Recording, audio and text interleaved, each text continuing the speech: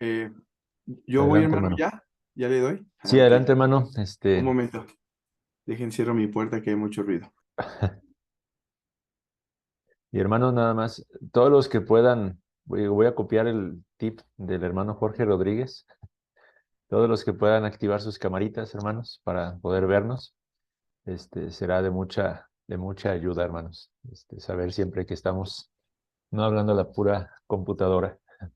Así que los que tengan posibilidad, hermanos, que no estén ahí en pijama o algo así, que les dé pena, será de ayuda, hermanos. Y hermano Héctor, pues adelante. O aunque esté en pijama, nada más que esté padre la pijama. También. Sí, yo estoy de acuerdo con ese tip. No, no me gusta hablar a nombres, me gusta hablar a hombres. Eh, hermanos,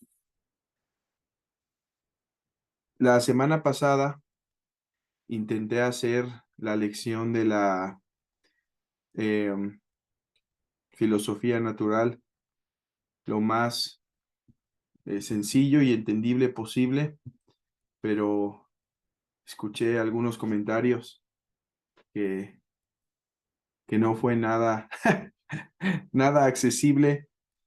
Realmente, hermanos, eh, si el Señor nos permite, mientras más vayamos creciendo, eh, más iremos madurando esas ideas. Así que no, no se desanimen. Eh, ahora el tema de la filosofía moral es más sencillo y lo voy a intentar hacer también más sencillo. Eh, el tema de la filosofía natural. Primero intentemos aclarar qué es lo que trata la filosofía moral. La filosofía moral tiene que ver con aquel estudio que trata las acciones de los hombres. O sea, es aquel estudio que de una o de otra forma va a intentar instruirnos sobre aquello que es bueno, aquello que es virtuoso, eh, de cómo, ah, qué es lo que es virtuoso. Por ejemplo, existe algo que se llama el, es un diálogo que tiene Platón, y en ese diálogo Platón se llama el dilema de Eutifrón. Y en ese diálogo se intenta discernir porque venía un joven e iba a acusar a su padre ante las autoridades. Y Platón, bueno, en este caso Platón está agarrando los diálogos de Sócrates. Entonces Sócrates le pregunta a este hombre, ¿y eso es piadoso? Sí, es piadoso que yo acuse a mi padre ante las autoridades. Bueno, ¿qué es piedad? Y entonces empieza a hacerlo indagar, ¿no? ¿Es piedad o es lo bueno? Es el dilema de Eutifrón. ¿Es algo bueno porque los dioses dicen que es bueno? ¿O es algo bueno en sí mismo y los dioses entonces declaran que es bueno? Y mi punto es que ese tipo de diálogos, ese tipo de razonamientos, ese tipo de filosofar, ese tipo de investigación a través de la razón, es justamente lo que trata la filosofía moral. La filosofía moral, digo, depende de qué filosofía moral estemos tratando, pero en general trataría, por ejemplo, cuál es el fin del hombre. Por ejemplo, qué es bueno, qué es justo, cómo definimos justicia, cómo definimos lo que es bueno. Eh, es el hombre tiene busca un bien mayor, por ejemplo, está por encima del hombre el bien de la sociedad. ¿Hasta qué punto? Bueno, estos son los tipos de problemas que trata la filosofía moral y yo pienso que por eso es mucho más sencillo para nosotros entender qué es la filosofía moral de lo que es entender la filosofía natural. Ahora, déjenme complicárselos tantito para que no piensen que es tan fácil. Eh, y no lo quiero complicar porque no sea complicado, simplemente quiero mostrarles que va más allá. Yo espero que ya sea claro lo que trata la filosofía moral. A ver, paremos aquí entonces antes de intentar complicarlo y preguntemos, ¿hay alguna duda sobre qué es la filosofía moral, sobre lo que trata la filosofía moral? ¿O alguien quisiera añadir un comentario a lo que estamos definiendo por filosofía moral, de lo que escucharon, que sea importante también mencionar? Si no es así, déjenme otra vez, hermanos, estuve leyendo el capítulo del libro y vi cosas buenas, cosas que a mí me ayudaron, eh, pero también intenté hacer este estudio no dando un resumen del libro, porque creo que eso lo podrían hacer ustedes leerlo, sino más bien intentar enseñar el contenido de lo que están intentando decir con mis propias palabras, añadiendo otras cosas, añadiendo otros puntos que ellos no tratan, intentando clarificar más. Como dije, a veces los autores dan por sentado que estamos ya con algún conocimiento de las cosas y estoy intentando yo dar lo básico, construir con ustedes. Pero bueno, si no hay duda de qué es la filosofía moral, que es aquella ciencia o aquella disciplina dentro de la filosofía es el gran todo, y dentro de la filosofía tenemos tres partes. Tenemos la metafísica, tenemos la filosofía natural y tenemos la filosofía moral. Dentro de estas tres, entonces, está la filosofía moral que trata con la conducta, con las acciones de los hombres. La filosofía moral intenta, por medio de la razón, la investigación, la conducta de los hombres, determinar lo que es bueno, lo que es virtuoso, lo que el hombre debe seguir y demás. Hermanos, yo les quiero decir algo.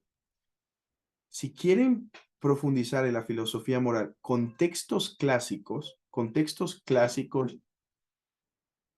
y, e ir a los antiguos, vayan a los diálogos de Platón sobre Sócrates.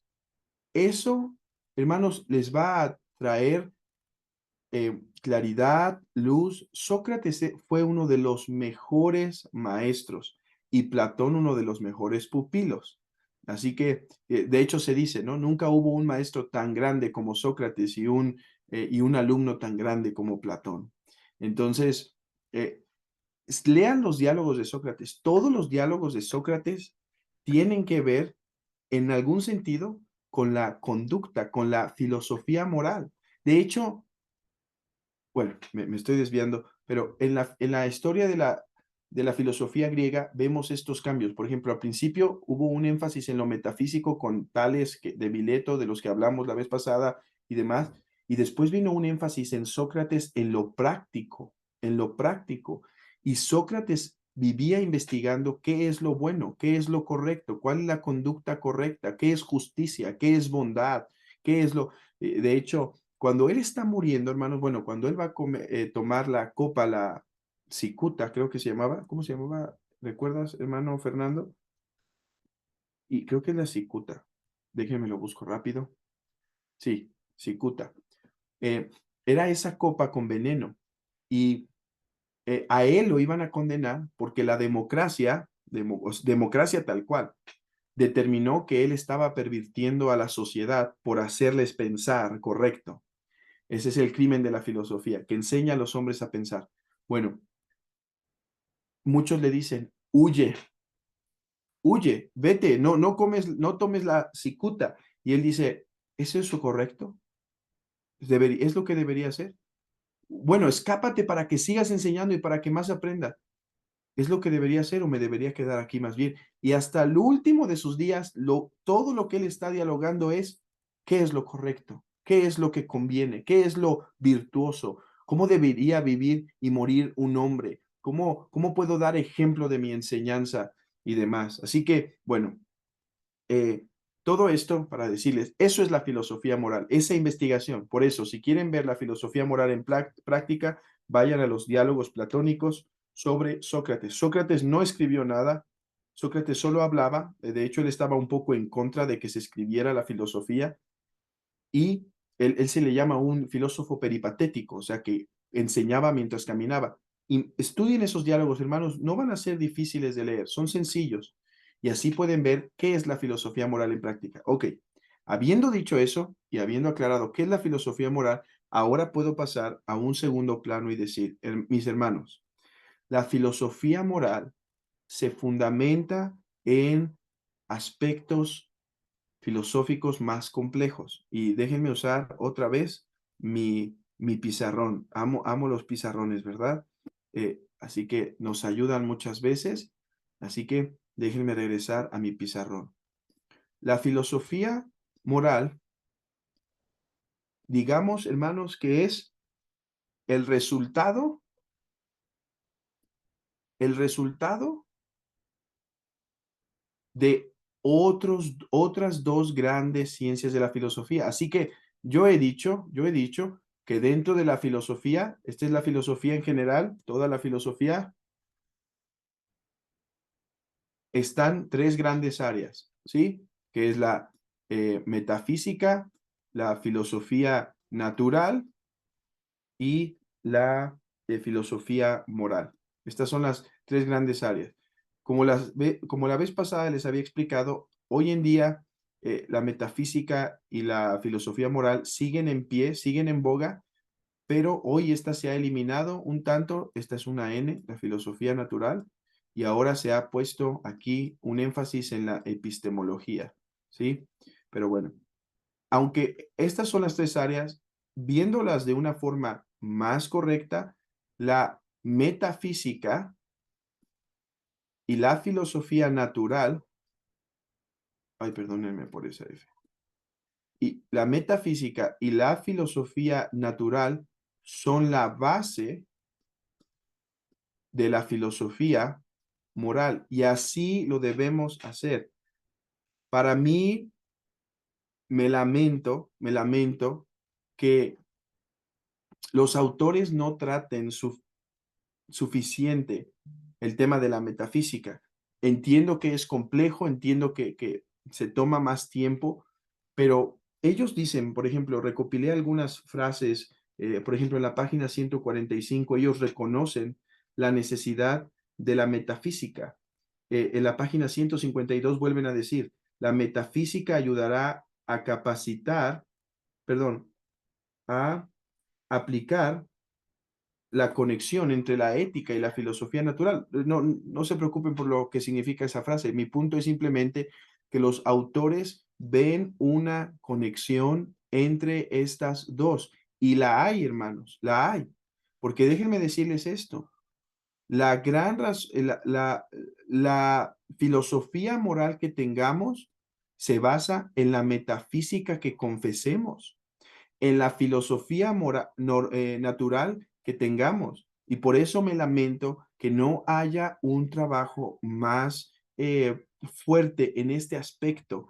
¿Por qué? Déjenme recomendarles de una vez un libro, y a veces no los mando, así que ahora déjenme mandárselos ahora mismo, que se llama, es un libro que se llama por Carl Truman, y se llama, déjenme ver cómo se llama en español, eh,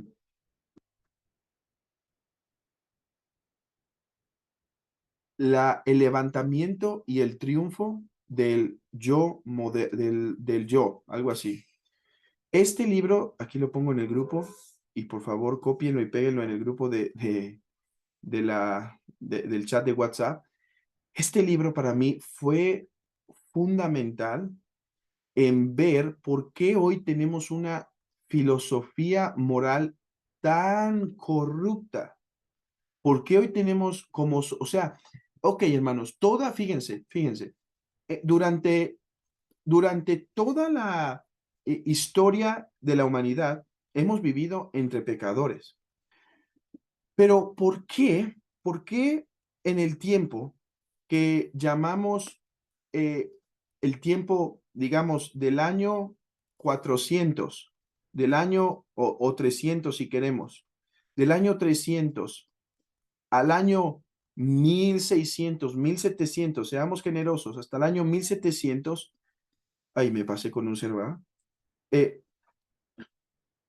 ¿Por qué durante este tiempo la sociedad reconocía una moral clara como para entender que matar a otro ser humano estaba mal, que un bebé era un ser humano, que un hombre un hombre que decía ser mujer, iba a ser enviado con terapeutas y demás? De hecho, podríamos extendernos más porque esto no ha pasado tan lejos, pero ¿por qué si siempre hemos vivido entre pecadores? Bueno, hermanos, porque esta sociedad vivió bajo una teoría de la realidad, o sea, una metafísica. La metafísica trata con la teoría de la realidad.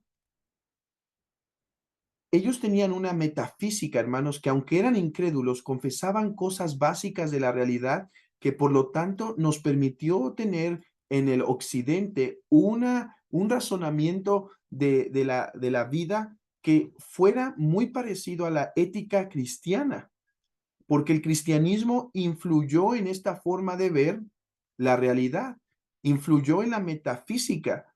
Bueno, en nuestros días todo esto se ha derrumbado, la filosofía moral se ha derrumbado porque una metafísica se ha transformado. Y por eso es que recomiendo ese libro de Carl Trueman. Ustedes lo pueden conseguir en español. Creo que en español es una abreviación Es una abreviación. del libro. Eh, pienso que no está completo. No sé si alguien sabe, confírmenos, pero incluso si es el resumen, no hay ningún problema. Es oro ese libro. Entonces, yo les recomiendo bastante que puedan profundizar en eso, hermanos, porque la filosofía moral se fundamenta en la metafísica, o sea, en lo que creemos respecto a la realidad. Y particularmente, déjenme hacer un énfasis en lo que creemos respecto al hombre. Dentro de las cosas que estudia la metafísica, bueno, aquí puede haber debates y no los voy a tratar en este momento, pero dentro de las cosas que estudia la metafísica, hay una ciencia que estudia que se llama la antropología, que como ustedes reconocerán, este es el estudio simplemente del hombre, ¿sí? De lo que es el hombre. Entonces, eh, depende de cuál sea nuestra teoría sobre quién es el hombre, es que tendremos una filosofía moral. Lo único que les estoy intentando hacer ver, mis hermanos, yo no puedo tratar esto con detalle, es que no podemos crecer en una filosofía moral simplemente si no crecemos en una metafísica, en una antropología. Y ustedes dirán, pero hermano, ninguno de nosotros estamos buscando ser filósofos, ¿cómo vamos a crecer en la metafísica? Bueno, aunque no lo crean, ustedes ya tienen una sólida y firme metafísica, y en su iglesia, cuando el pastor predica, ustedes están siendo enseñados directa o indirectamente cuestiones de esta realidad. La metafísica quiere decir, por ejemplo, que nosotros somos criaturas, que nosotros somos, vamos a poner algunas bases que ustedes ya tienen, somos criaturas, tenemos un fin, ese fin tiene que ver con Dios, ese fin tiene que ver con Dios, además somos criaturas racionales, somos criaturas racionales y vamos a poner otra R aquí porque somos criaturas relacionales, no solo racionales, sino relacionales, ¿sí? Entonces, estas cosas, hermanos, ya pertenecen a nuestra antropología y al mismo tiempo pertenecen a nuestra metafísica. Creemos que hay algo más allá de las cosas materiales, que es el mismo Dios y el alma, que no somos solo cuerpo, que no solo somos alma, sino que somos, nosotros tenemos una teoría que se llama, bueno, no nosotros, sino la cristiandad, se llama ilamorfismo, o que somos cuerpo y alma y que esta es el estado perfecto para el hombre. Bueno, los autores a través del libro intentan mostrar que nuestra antropología, nuestra concepción de la realidad va a darnos una filosofía moral. A ver, ya dejemos de teoría y vamos a la práctica, ¿sí? No sé si han leído ustedes el libro de C.S. Lewis que se llama La abolición del hombre. Si no lo han leído, léanlo, es sencillo. Ahora, es sencillo, pero mis hermanos, platicaba con el hermano Fernando en la mañana y me estaba animando el hermano diciendo, hermano, creo que nadie te está entendiendo en tus enseñanzas de lo que nos hablaste, y así me animaba por la mañana. Ya ven que cómo es el hermano. Pero, y yo le decía, hermano, entiendo, lo intenté hacerlo más sencillo, no creo que o sea, creo que hay mejores maestros, pero yo no puedo hacerlo más sencillo. Eso es mi punto. Y yo le decía, pero hermano, es necesario que sea así, es necesario que conozcan estas cosas, que crezcan en esto, para que realmente profundicen en su teoría de lo que es la escuela clásica. Y mi punto era el siguiente: cuando después vean otras cosas, van a empezar a decir, ya. Yo les animo a que después de que acaben este curso, en lo individual, el hermano Fernando nos dirá con qué seguimos nosotros como grupo, pero en lo individual, intenten leer el librito que yo creo que en 2 sentadas se lo echan, que es La abolición del hombre de C.S. Lewis. No sé, son 100 páginas quizá. Y de hecho, en el Classical U hay un curso, yo tomé ese curso hace algunos años, un año o algo así, de C.S. Lewis, con un autor que es excelente maestro, olvido su nombre, es un personaje interesante ese hombre, pero si ustedes leen las primeras páginas de La abolición del hombre de C.S. Lewis, se van a dar cuenta de lo que estoy hablando en este momento. Fíjense, el libro comienza diciendo que hubo 2 personas, y de hecho aquí trata un poquito de ese libro, estos autores, y dicen que llegó un momento, hermanos, en donde escucharon a un joven decir, wow, esa cascada, voy a parafrasearlo porque ya tiene tiempo que lo leí, pero él dice, ve una cascada y dice, eso es sublime. Y otro dice, ¿sublime? No, eso es bonito. Y empieza a haber un diálogo. Y el que decía que esto es sublime, atribuía que la creación tenía ya belleza en sí mismo y que lo único que estaba haciendo el hombre era reconocer esa belleza que ya estaba intrínseca en la creación. Y el que dice, no, es bonito, simplemente estaba atribuyendo que, ok, es simplemente agua tirándose de una distancia, son átomos simplemente que cayeron en casualidad ahí, y mi sentir es que yo lo siento bonito, pero eso es meramente subjetivo. O sea, no hay belleza intrínseca en la realidad, sino que yo se la atribuyo. Hermanos, eso es metafísica en palabras sencillas de C.S. Lewis, que es uno de los mejores maestros para enseñar filosofía y ética de una forma que uno ni se da cuenta. Bueno,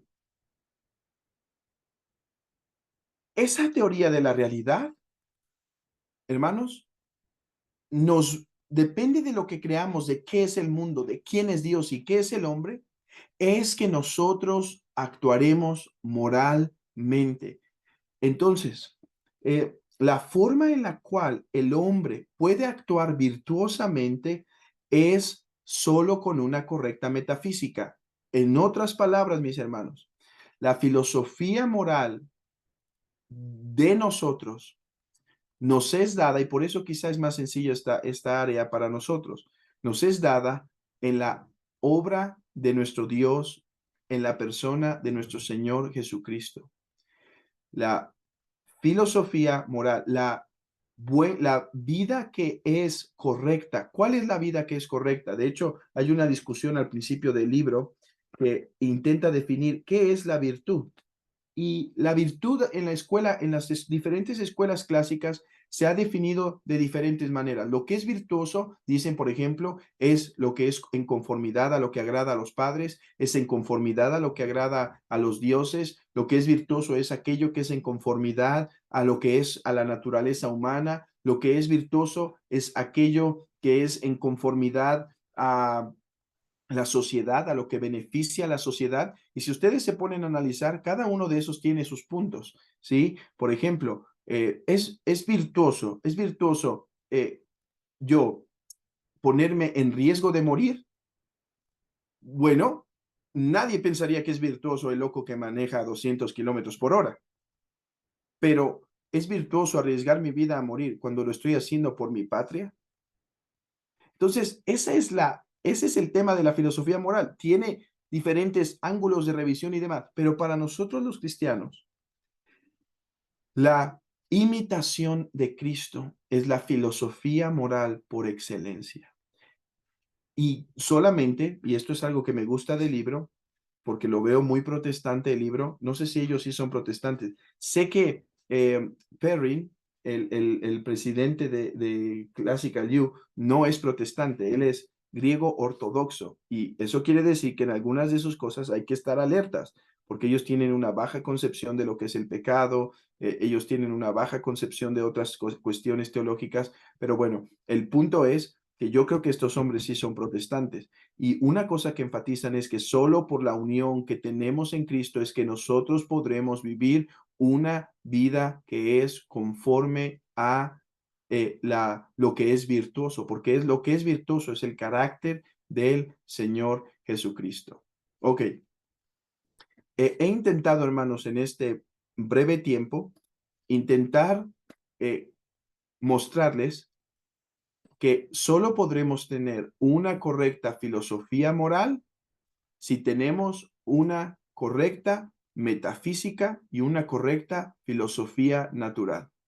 Y he intentado quitarles cualquier preocupación de que ya algunos estén pensando, entonces voy a comprar los libros más difíciles de metafísica para entender, mostrándoles que ustedes ya, por ser cristianos, tienen una teoría de la realidad. De hecho, todos. Y mis hermanos, aquí me da pena que tengo tantas cosas en mi mente que quisiera decirles, porque en realidad esto tiene muchos aspectos. Por ejemplo, déjenme dar algo breve, solo para los ejemplos ayudan a que esos conceptos que a veces se dan se bajen y vean la realidad. Por ejemplo, hermanos, la economía, cuestiones de economía. Estoy llevando en este cuatrimestre de mi licenciatura en filosofía, economía. Y la economía es la ciencia que nos da dirección, que nos da teorías sobre la mejora económica de los pueblos, los procesos en los que los pueblos se han desarrollado económicamente e intentan dar soluciones y demás. Pero hermanos, si nosotros creemos que el hombre es solamente materia, que no hay eternidad, ¿cómo creen que va a ser no hay eternidad? ¿Cómo creen que va a ser nuestra teoría de la economía? ¿Cómo es que vamos a escribir un libro de cómo el mundo puede prosperar, cómo el hombre puede mejorar su economía? Y algo que me ha gustado de la materia que estoy tomando es que ellos dicen, si no resuelves primero con claridad tu filosofía, tu economía va a ser totalmente errada. Esto es algo de lo que veíamos, de hecho, en la última ocasión cuando hablé, por ejemplo, hermanos, la ciencia nos ha hecho descubrir la bomba atómica y demás, pero la ciencia nos da la base para saber cómo usar esas herramientas. Absolutamente no. Eso es algo que se resuelve filosóficamente o en este caso filosóficamente moral, teológicamente, y por lo tanto es necesario que nosotros crezcamos en nuestras doctrinas cristianas más básicas para que nuestra conducta y nuestra vida sea cada vez más, sea de una forma correcta. Si yo tengo una correcta doctrina de Dios, una correcta doctrina del hombre, una correcta doctrina de la humanidad, del cosmos, del orden, una correcta doctrina de la eternidad, yo podré tener una buena filosofía moral, una buena teoría de cuál es la conducta que agrada a Dios. Ok, aquí paro y pregunto para pasar a mi última parte. Hoy solo traigo tres partes. Una definición de filosofía moral, una explicación sobre las bases de la filosofía moral, la metafísica y la filosofía natural. Y en tercer lugar, ejemplos prácticos de cómo intentar instruir a nuestros hijos en filosofía moral. Pero paro aquí por si hay alguna pregunta, algún comentario o alguna duda para el hermano Fernando. No, hermano, nada más, no sé si tú has escuchado el libro de, y no sé cuál, yo creo que Sproul fue después, pero se llama precisamente Las ideas tienen consecuencias de, creo que es Richard Weber. Ujú. ¿Lo has escuchado, hermano? ¿Nos puedes comentar algo de ese libro? Lo he escuchado, lo tengo, lo he ojeado y no sé si llega tan profundo como Carl Truman, porque creo, puedo equivocarme, pero por lo que ojeé y conozco del libro, él lo que trata es algunas ideas en América, en Estados Unidos, de cómo esas ideas han estado impactando lo que hoy es Estados Unidos. Entonces, sí creo que va a tratar con el tema. ¿Está en español? No sé, hermano. Yo Ah, lo conozco en inglés, pero no sé sí, si está en español. sí. Creo que va a ir en la misma línea de lo de Carl Truman, pero también está el de Arcis Sproul, como dices, que es el estudio de los filósofos. Em, Sí, de hecho, hermanos, entender esto, por eso me tardé en el otro punto, por eso me tardé en complicarles un poco y decir, esto es metafísica y filosofía natural. Miren, estuve estudiando la historia de México desde la licenciatura que estoy tomando desde una perspectiva filosófica. Y para mí fue impresionante, impresionante ver que grandes eventos de la historia de México están basados, hermanos, en transformaciones radicales de la metafísica. ¿Cómo? Me estás diciendo que 1810 y la independencia y 1910 la Revolución Mexicana y Tlatelolco 68, el año 68, estaban basadas en ideas metafísicas? Sí, mis hermanos.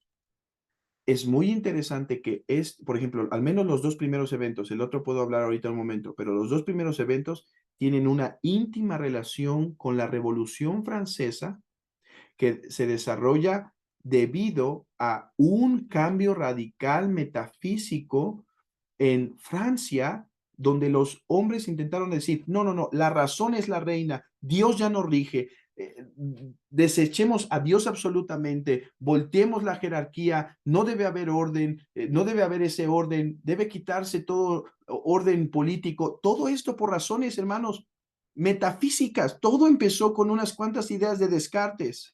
Todo empezó con unas cuantas ideas. Eso es lo bueno del libro de Sproul, que él sí va a algunos filósofos y entonces puede manifestar cómo hubo esos cambios. Hermanos, ese cambio de 1810 y 1910 estuvieron basados en una gran influencia de la Revolución Francesa, que la Revolución Francesa fue intentar poner, déjeme decirlo muy coloquial, patas arriba la humanidad debido a que cambiaron su sistema metafísico, donde Dios ya no era el centro de la realidad.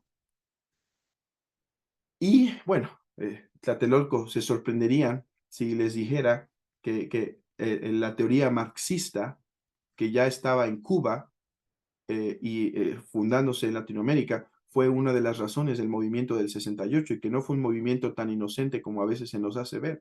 Realmente fue un movimiento basado en esas filosofías.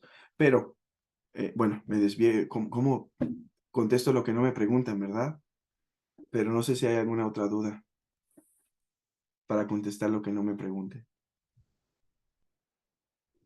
Ya mejor no preguntan. Bien hecho, hermanos. Déjenme acabar, hermanos, dándoles algunas recomendaciones. ¿Cómo enseñar? Porque esto me encanta, esto me apasiona de cómo enseñar a los niños filosofía moral.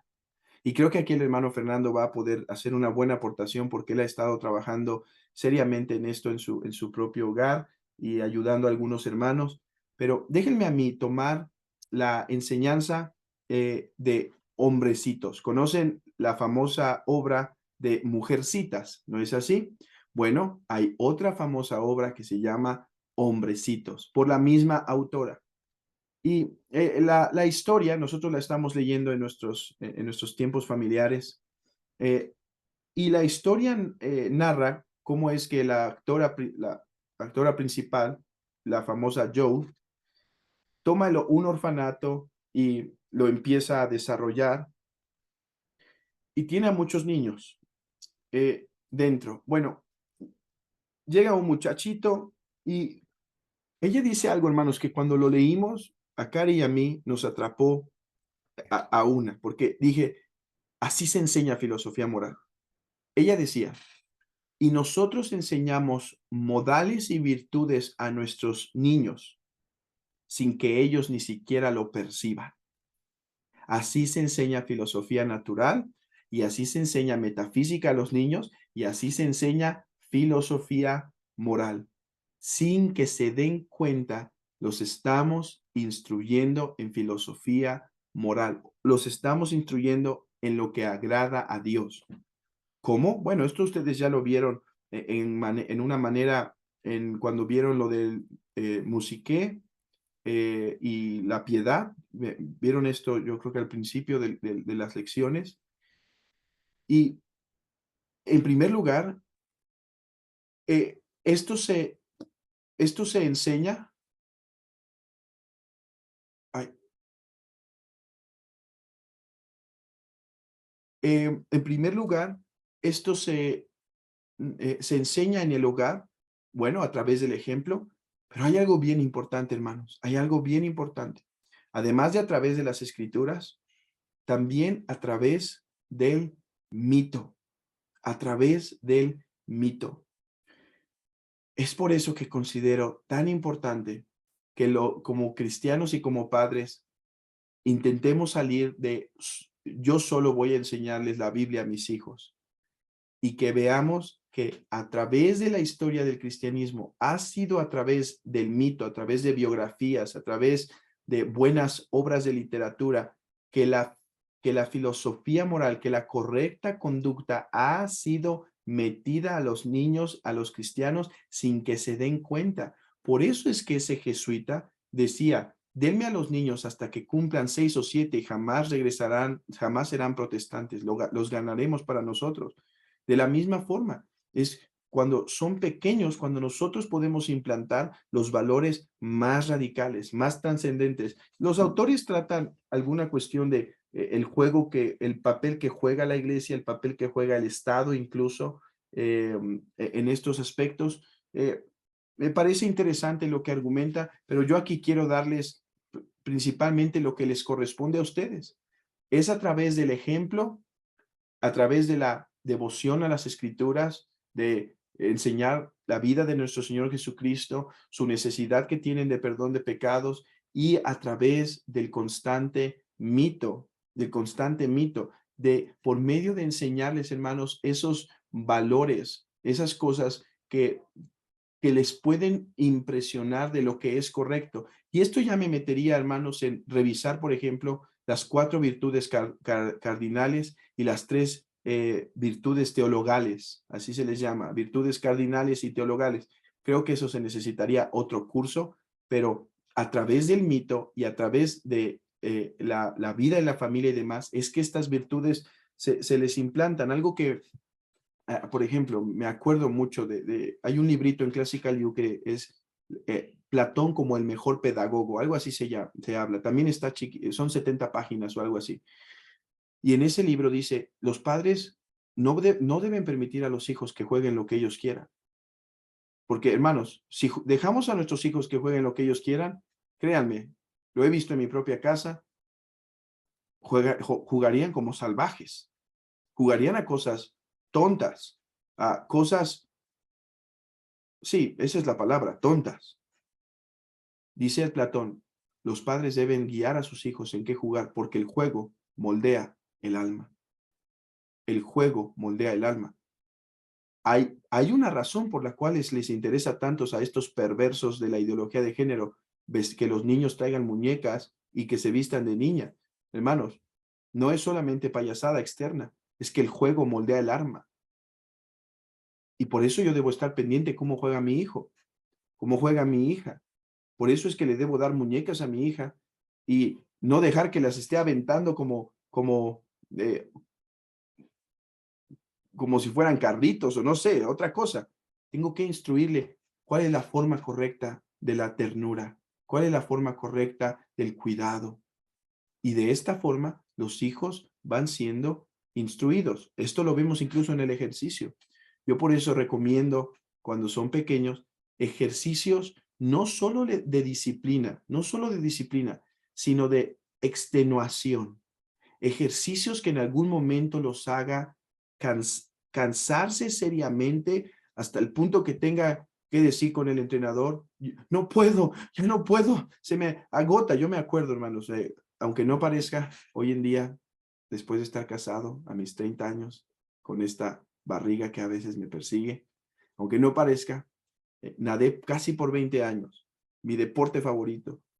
Y cuando tenía 18, 19 sobre todo, y estaba, 17, 18, estaba en la universidad y hacía natación, mis mejores tiempos de natación. Y hermanos, sé que es llorar porque te cansas. Y tienes a veces profesores, instructores que, caramba, los haces que quieras salirte de la alberca y decir, a ver, nada, tú entonces. Pero eso es lo que moldea el carácter, eso es lo que moldea la moral, eso es lo que moldea las virtudes. Ese tipo de ejercicio en donde a veces tienes que casi llorar y decir, no puedo, y el instructor tiene que decir, sigue, no pares, no pares, continúa. Y esas son las cosas que van moldeando el alma, que van moldeando esas virtudes cardinales del coraje, de la templanza, de mantenerte firme y demás. Bueno, estas son las cosas que yo les recomiendo y sobre todo una correcta relación con la iglesia local.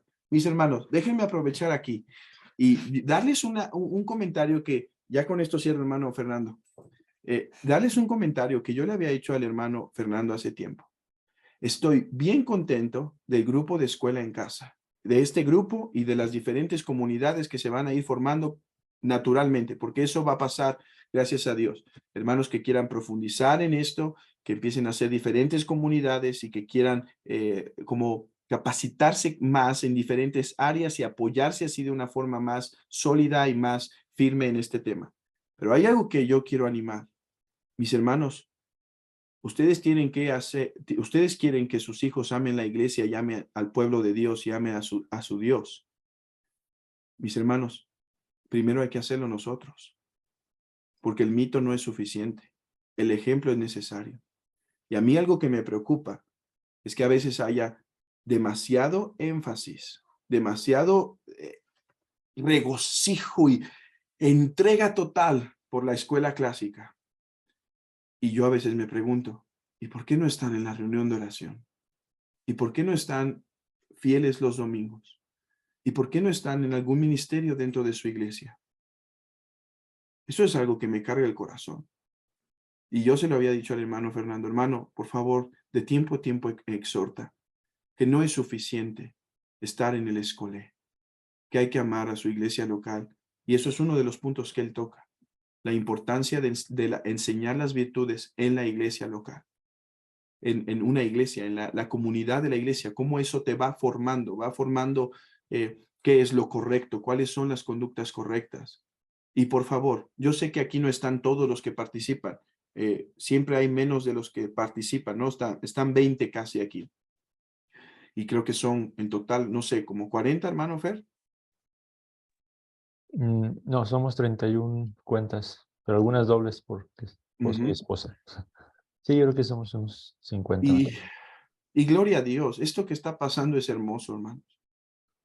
Yo estoy bien contento por esto, pero también a veces estoy preocupado que se pierda un énfasis en su iglesia local y que pensemos que por hacer escolé podemos estar ya cumpliendo con Dios y su iglesia.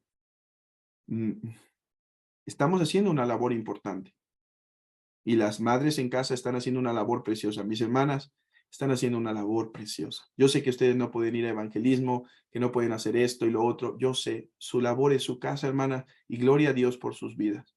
Yo veo el trabajo de mi esposa, veo su esfuerzo y yo digo, wow, todas mis hermanas están trabajando arduamente por esto. Gloria a Dios. Pero mis hermanas y mis hermanos, busquen también amar y servir a su iglesia en lo que puedan. Porque dijo algo Joe Vicky que jamás se me va a olvidar. No, creo que fue Carl Truman. ¿Por qué se sorprenden los padres a veces que sus hijos no amen la iglesia? Y sí amen otras cosas. Y dice Carl Truman, papás, ¿por qué ellos aman lo que ustedes aman? Muchas veces. Y yo quisiera hacer ese énfasis que yo sé que muchos de aquí están sirviendo en su iglesia y gloria a Dios por eso, pero sigamos imprimiendo eso en nuestras comunidades, que no tenemos que olvidar la importancia de nuestras iglesias, de nuestra vida práctica, nuestra vida en piedad, porque hermanos, podremos darles mito, podemos darles enseñanza de la escritura bíblica, mitos de leyendas, cuentos, biografías, a eso me refiero con mito, no, me refiero a esas historias que a veces damos, pero si no reflejamos lo que estamos enseñando, los vamos a exasperar, vamos a hacer lo que Pablo dice justamente que no hagamos, no exasperéis a vuestros hijos. Bueno, esto ya se está convirtiendo en un sermón más que en filosofía moral, pero creo que era parte del punto. No sé si hay alguna pregunta o hermano Fer, quieras comentar, agregar algo. No, pues no sé, hermanos, si tienen alguna inquietud, duda, algo que quieran comentar también, hermanos, respecto a esta lección o la otra incluso, la lección anterior, hermanos. Por ahí el hermano Paco, la hermana Ida. Adelante, hermanos. No sé si ayude a hacer una pequeña relación entre creo que en el libro viene así y es más o menos como una relación de progresión entre lo que es el quadrivium y la filosofía natural y lo que es el trivium con la filosofía moral, que en el libro explica que no están así, porque obviamente como que se combinan, pero hay una cierta relación en cómo el quadrivium, por ejemplo, concibe la creación, el mundo, digamos, un poco más físico, lo que tiene que ver con toda la creación, y lo que es la filosofía natural per se, y lo que es la parte del trivium, que es todo lo que tiene que ver con literatura, lenguaje, lógica y las acciones que tiene más directamente el hombre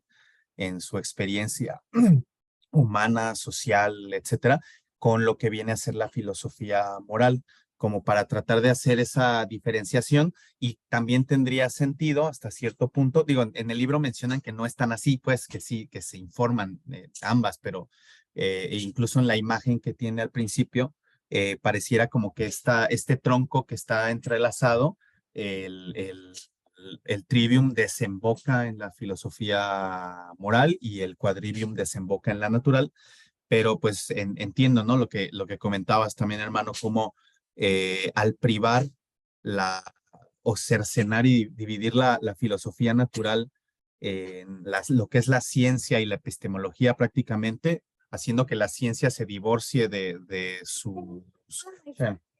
que se divorcie la ciencia de toda su conexión con la filosofía o con la metafísica, o que no nos importe el por qué un conocimiento es verdadero o qué fin tiene, sino simplemente agregarlo ¿cómo se dice?, a la lista de conocimientos. Creo que también nos ayudará a entender por qué podemos tener un poco más de relación con la filosofía moral que con la natural, porque realmente pues está como despedazada actualmente y prácticamente no tenemos un acercamiento ya con eso, nuestro razonamiento ya no funciona así, ¿no? Entonces, no sé si eso pueda servir o incluso ya también confundí más, pero quería ponerlo ahí sobre la mesa a ver si era útil.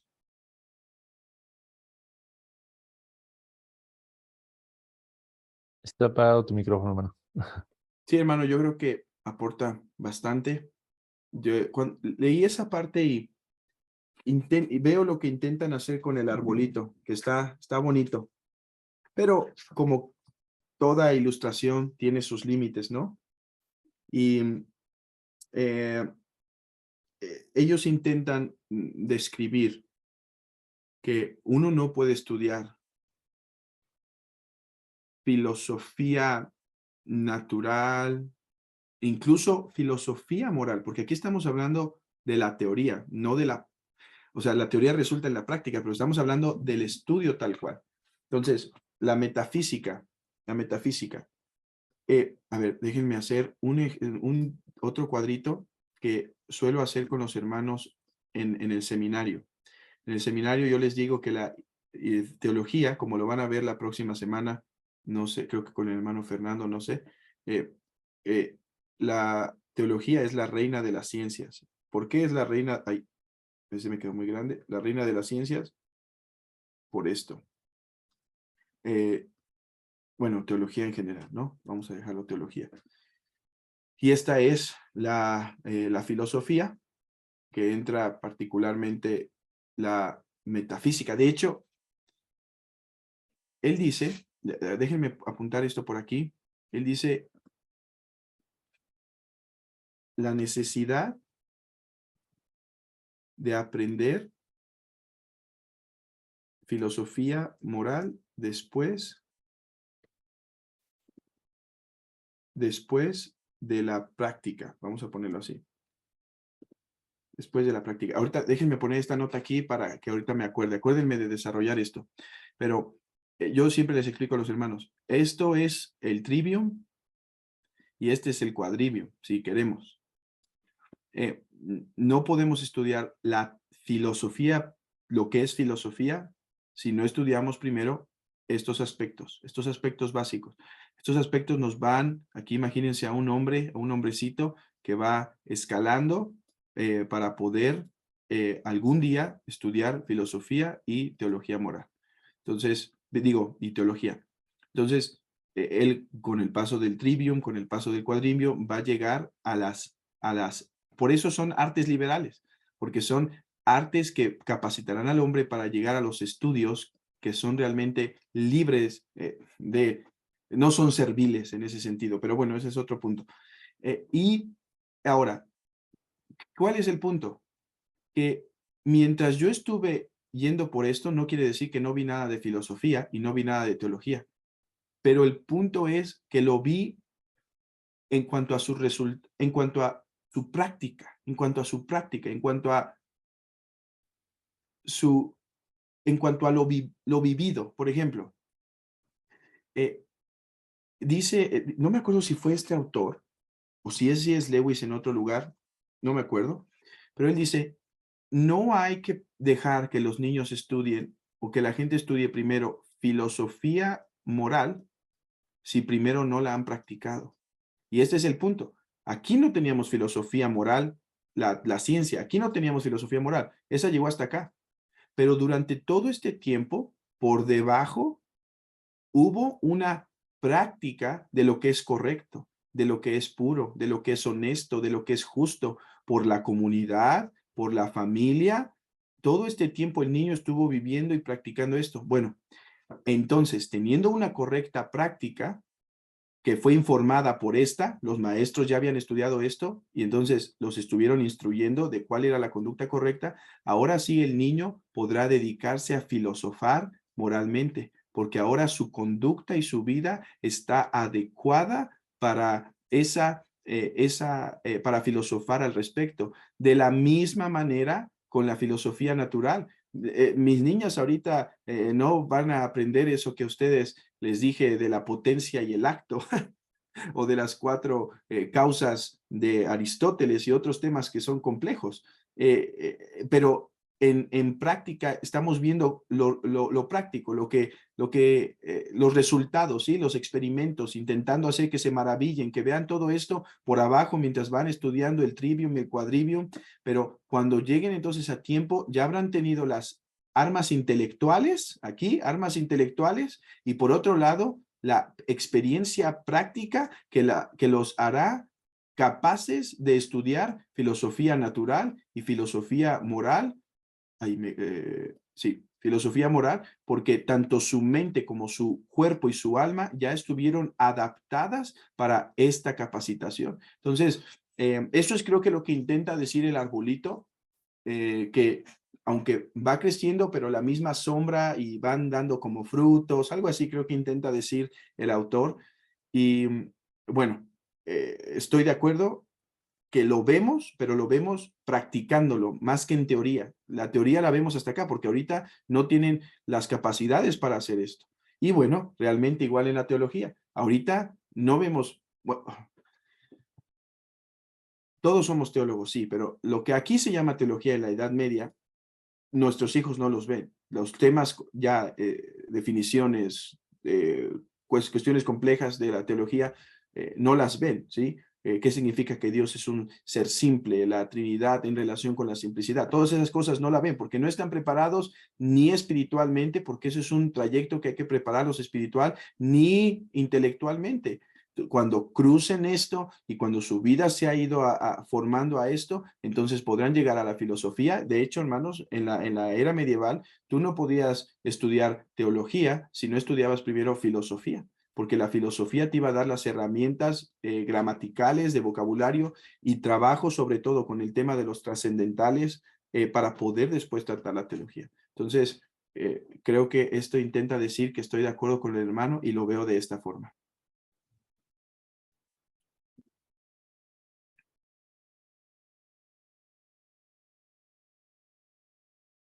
Ok. Hermano, no sé si alguien más tenga alguna ¿Eso duda. fue un golpe de un puño o fue de un ok? Es un ok. Ah, ok.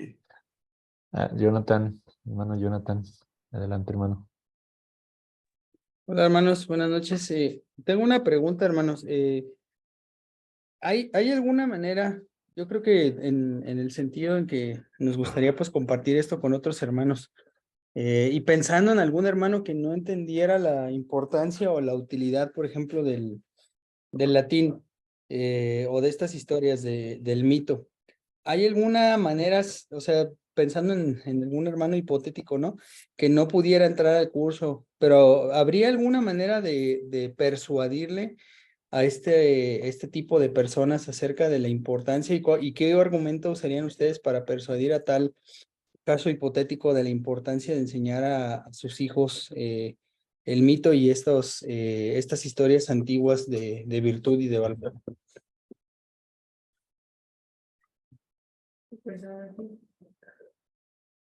Dice mi esposa que si mi personaje usa lentes.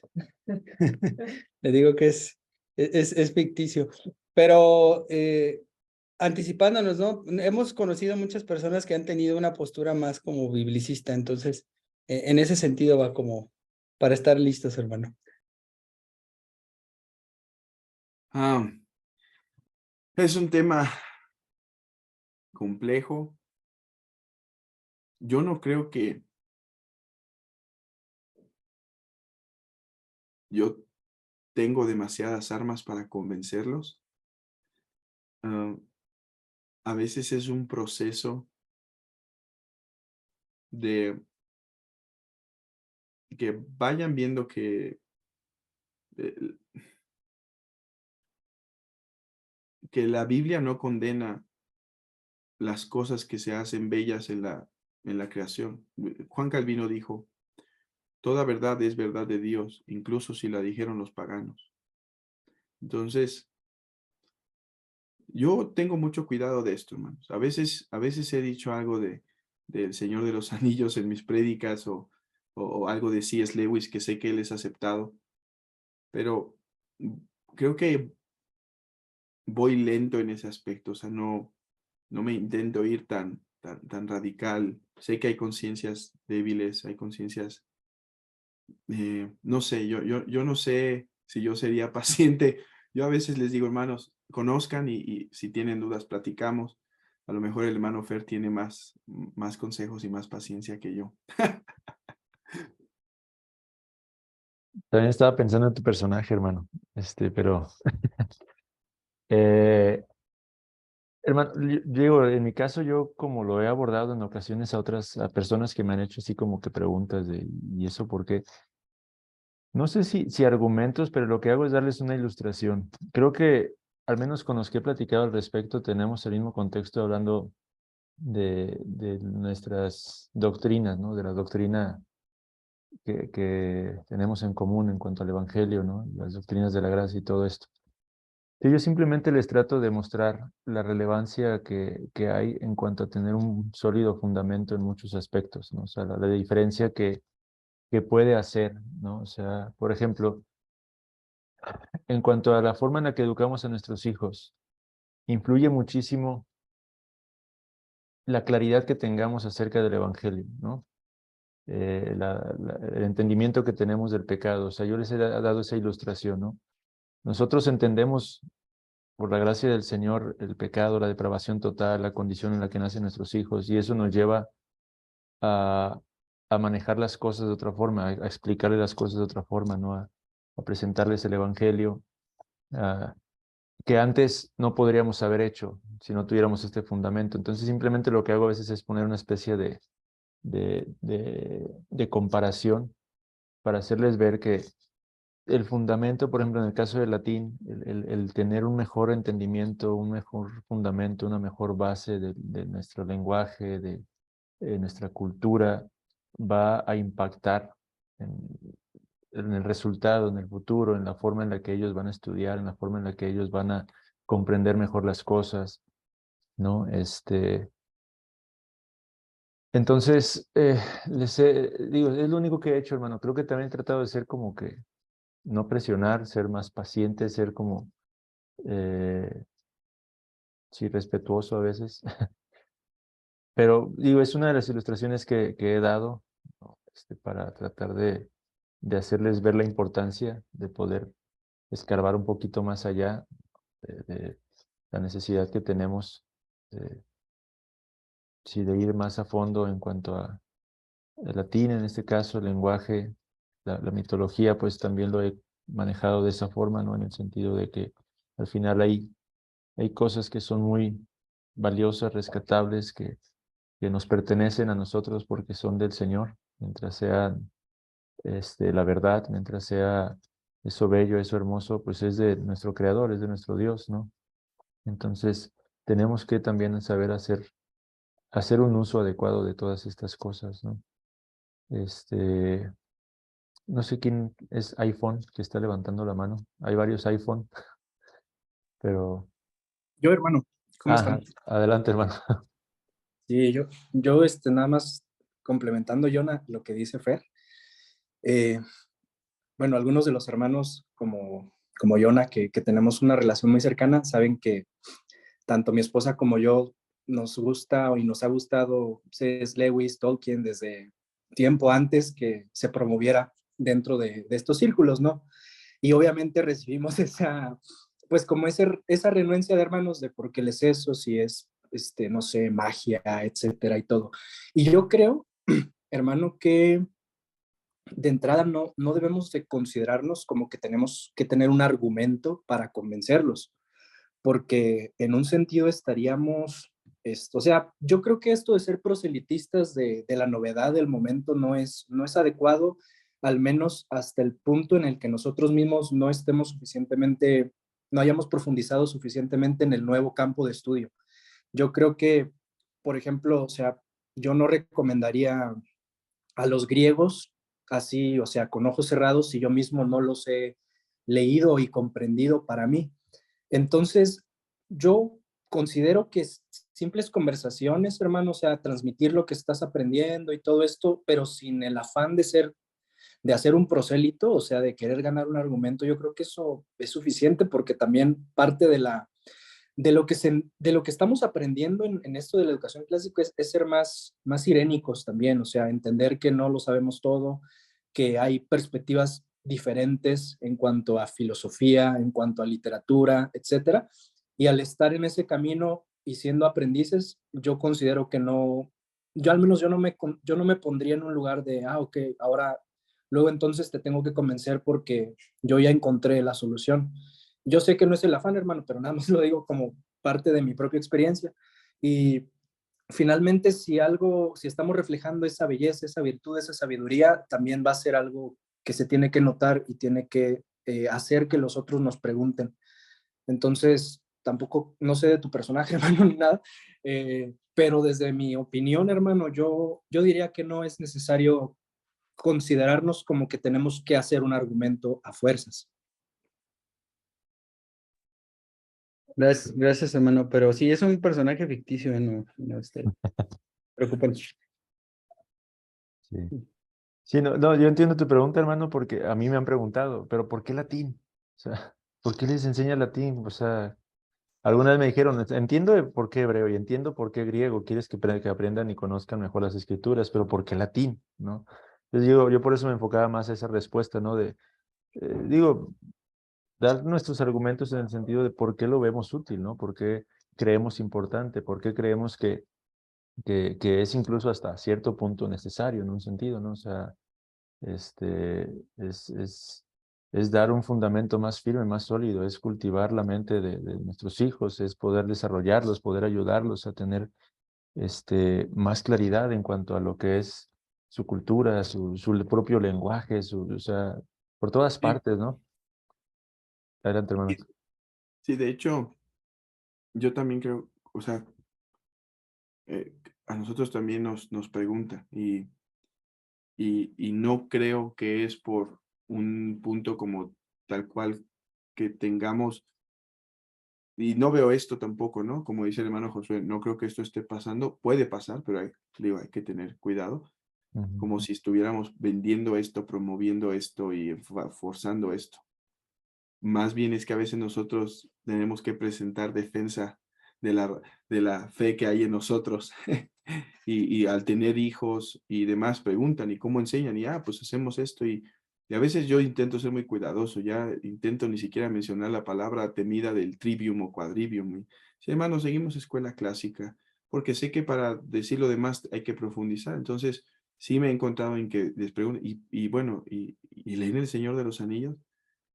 Sí, y ¿por qué leen esto y otros? Y a veces, y yo intento explicar un poquito, ¿no, hermanos? Miren, si hay, usted puede apreciar un cuadro precioso, hermoso, deleitarse, sí. Aunque lo hizo un pagano, sí. Una música, una pieza de música clásica hermosa, eh, aunque la haya hecho un pagano, sí. Usted utiliza otras cosas que son hermosas y demás, sí.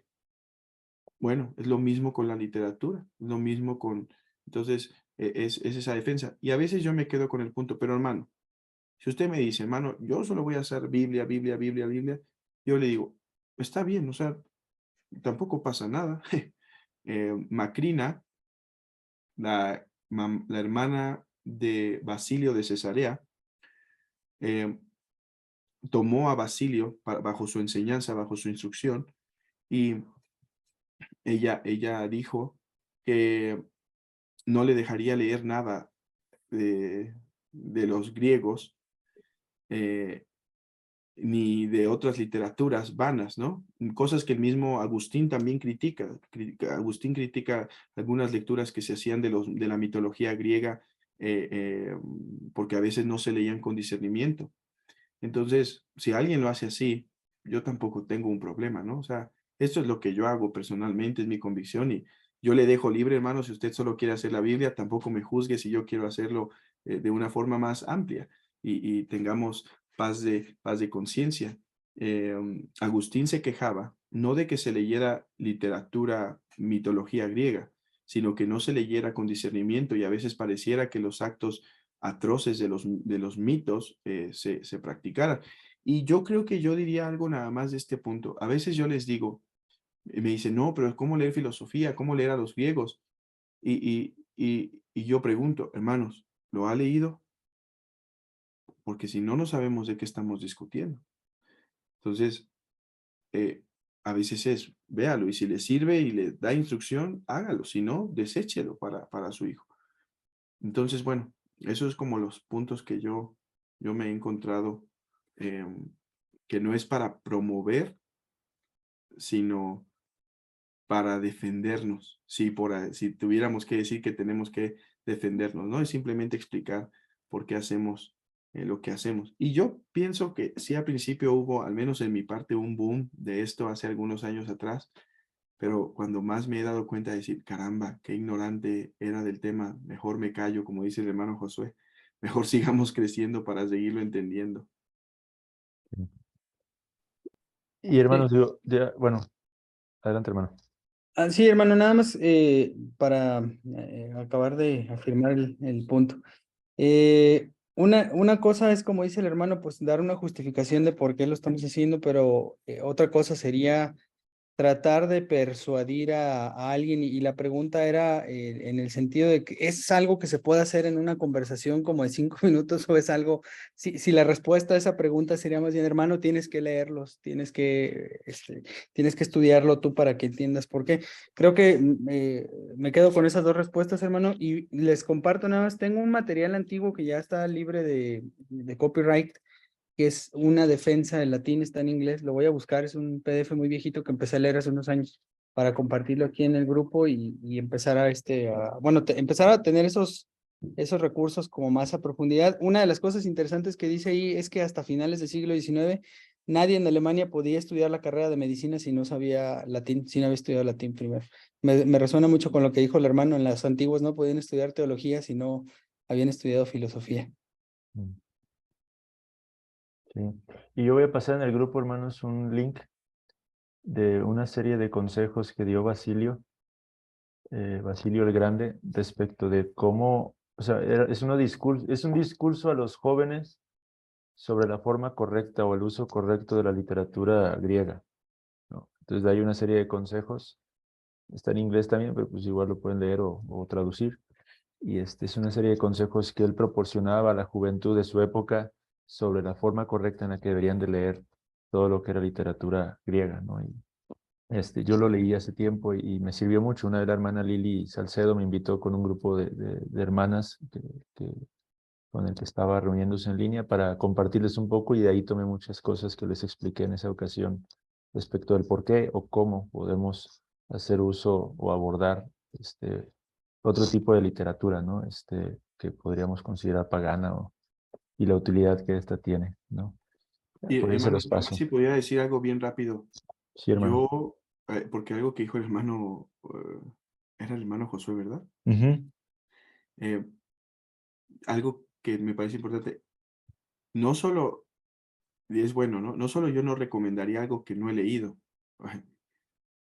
tampoco se lo den a sus hijos si no lo han leído, porque nosotros leemos mitología, estamos leyendo mitología griega a nuestras niñas, pero lo hacemos con una forma muy cuidadosa, porque esa era justamente la queja en su libro que se llama Doctrina Cristiana, Agustín critica cómo los maestros daban la literatura donde los dioses hacían cosas perversas y parece que los jóvenes decían, bueno, mira, se mofaban del pecado, mira, hay que imitarlo.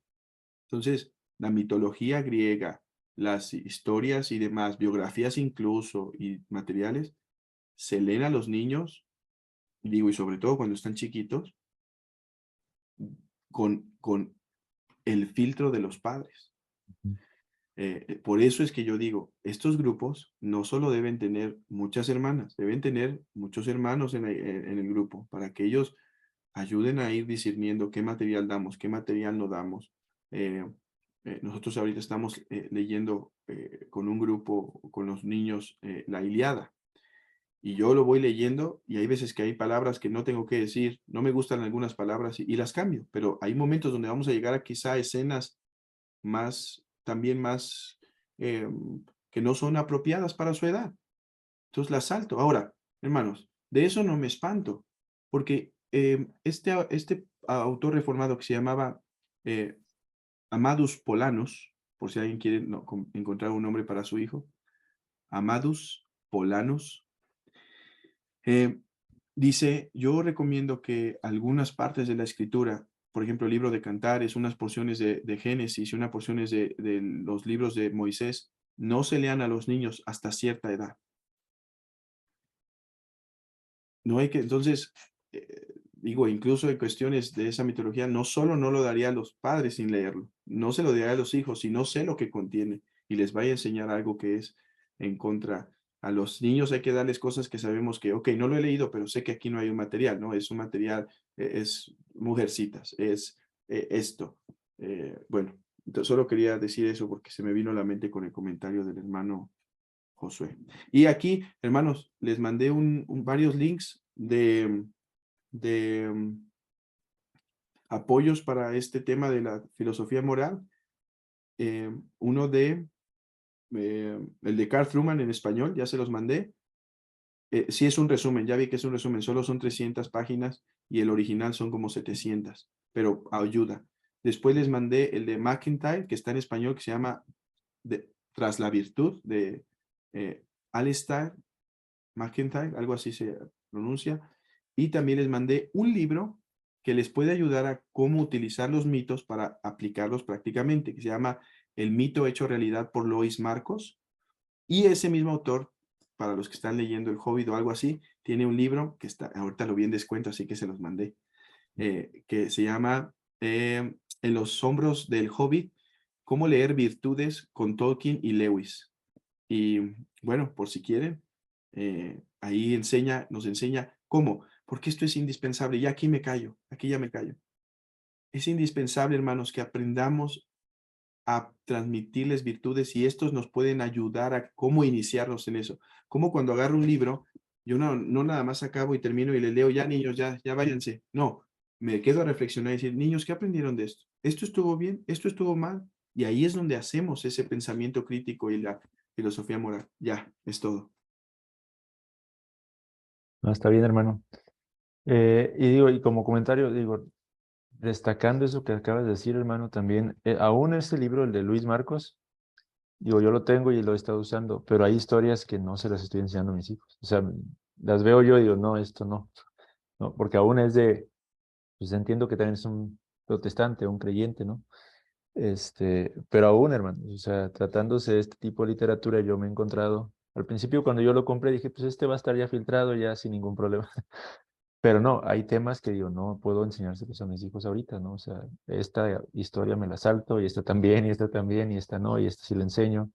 Digo, la importancia, hermanos, de que sí seamos conscientes de que estamos en un punto en el que necesitamos filtrar todo con nuestros hijos. O sea, si no fuimos cultivados y no tenemos, como en mi caso, mucho acervo, o sea, no hemos leído muchas obras, hay muchas que no conocemos, se las queremos dar a nuestros hijos, nada más porque aparecen en el currículum o en tal plataforma, esto, pues hay que leerla con ellos, ¿no? Hay que sentarnos nosotros, leérselas, estamos en ese proceso, quizá nuestros hijos ya podrán con toda libertad darles a sus hijos sabiendo qué literatura sí, qué literatura no, y nosotros tenemos que conocer muchos de esos libros, hermanos. Entonces, pues bueno, aún ese libro de Luis Marcos está muy bueno, pero hay historias que no, o sea, Andrea, David, o sea, 11 y 9 años, digo, no, esto no es para ellos todavía. Entonces, pero bueno, hermanos, pues vamos a concluir entonces. Tienes que nada más copio no sé si ya lo habían pasado antes de cerrar esto. Ya. Vamos a concluir, hermanos. Aquí entonces voy a parar la grabación y oramos para despedirnos, hermanos. Gracias, hermano Héctor, por